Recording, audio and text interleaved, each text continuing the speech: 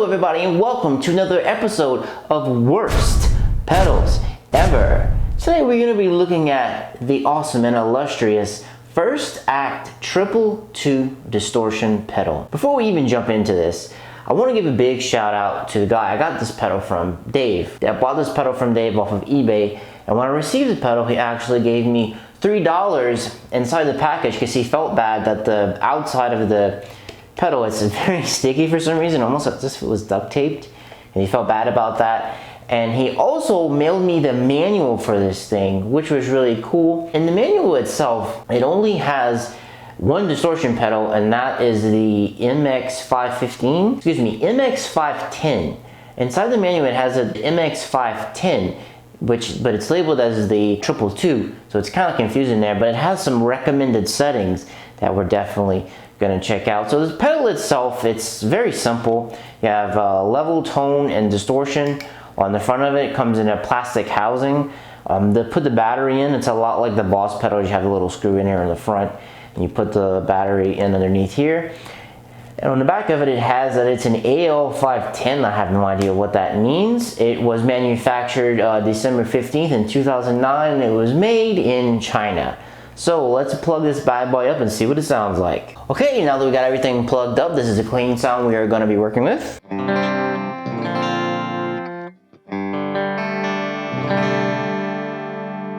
Nice and beautiful clean. Alright, I have everything on the pedal directly up at noon, and here we go.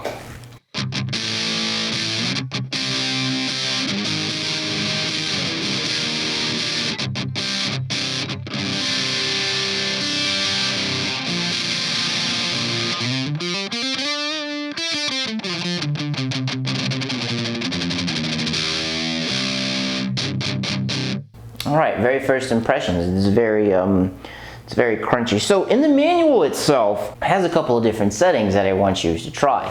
So let's see, the very first thing it has classic overdrive.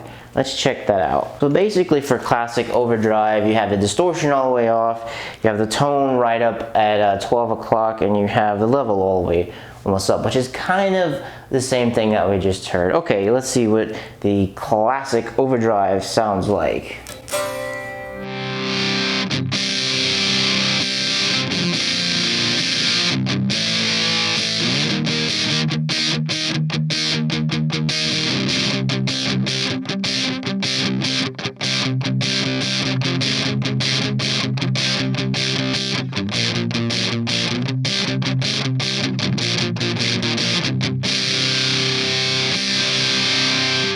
Yeah, that's classic, alright. It's classically bad.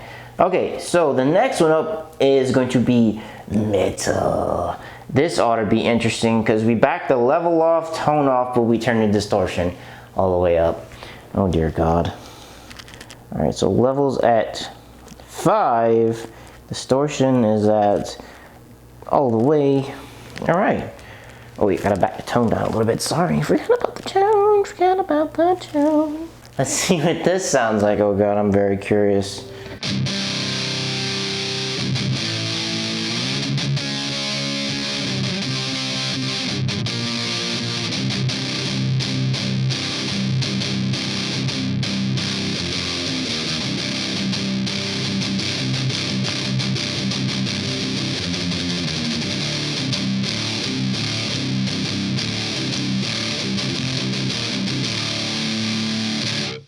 I find it actually sounds better in the metal setting than it does in the actually classical overdrive setting. So the next one up is going to be lo-fi. Alright, let's put this thing on lo-fi. We lower the level a bit here to about 3. Oh, we jack the tone all the way up, and we put the distortion back at about 7. Alright, let's see what the lo-fi settings on this pedal sound like.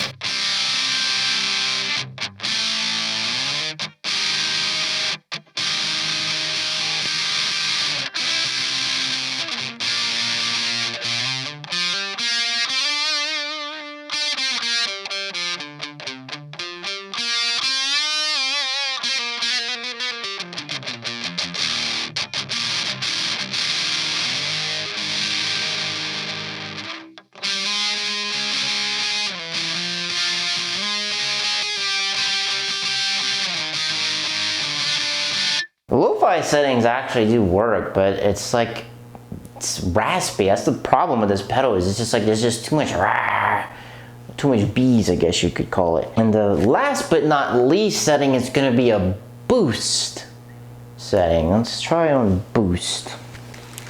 All right, boost settings have been set up. The boost settings, they're kind of like the classic overdrive settings a little bit. Let's see what this sounds like.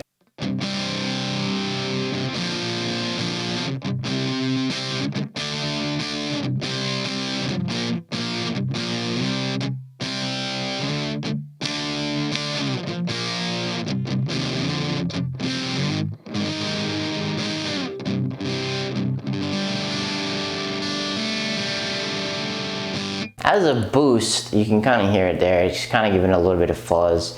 Let me actually put on an amp, and a high gain amp, and let's see how it performs that way as a true boost pedal. Okay, so here's my overdrive setting without the pedal engaged. I'm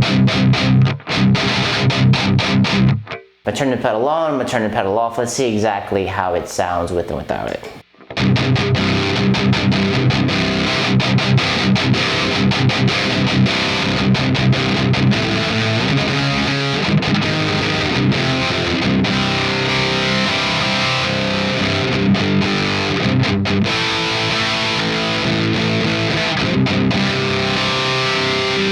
I think it's safe to say that this thing is not that great as a boost.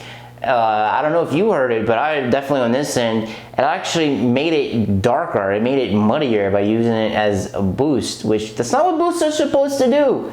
Now it's fun time. We're gonna crank everything wide open and see what it sounds like whenever it's wide open. All the knobs are at 10, everything is wide open. Let's kick it on. Oh God, I hear the noise now. Here we go.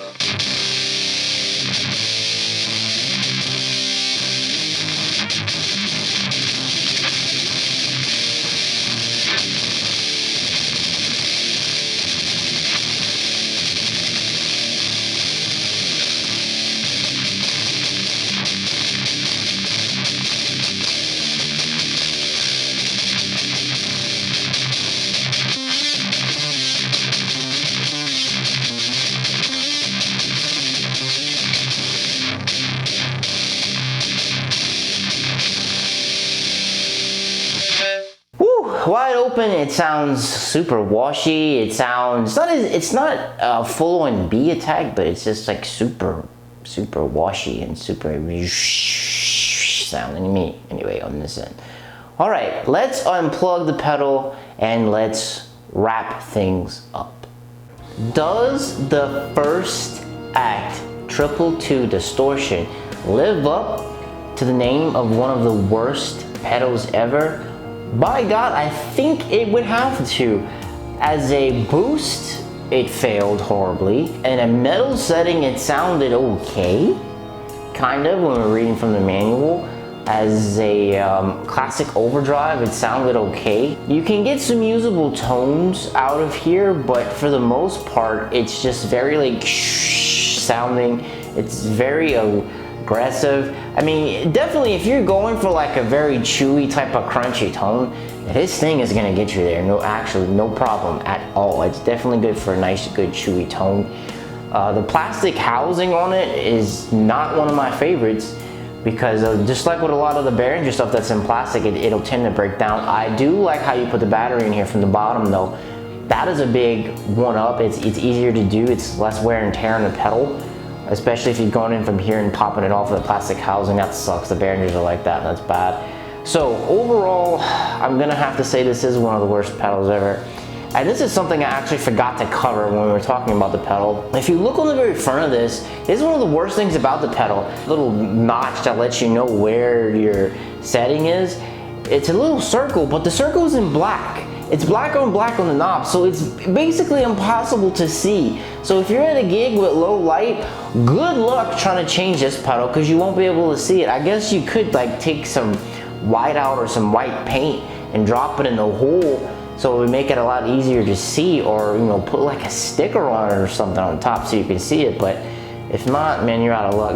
You can't plug it in on the top. I ran off of the battery because I already had one in here. So to wrap things up on the first act, triple distortion, is it one of the worst pedals ever? I'm going to have to think so. But enough about me and my opinions. What about you? Do you think this pedal one of the worst pedals ever? Do you have one? Tell me your experiences about it in the comments down below. As for me, I'm gonna have to be out. Peace.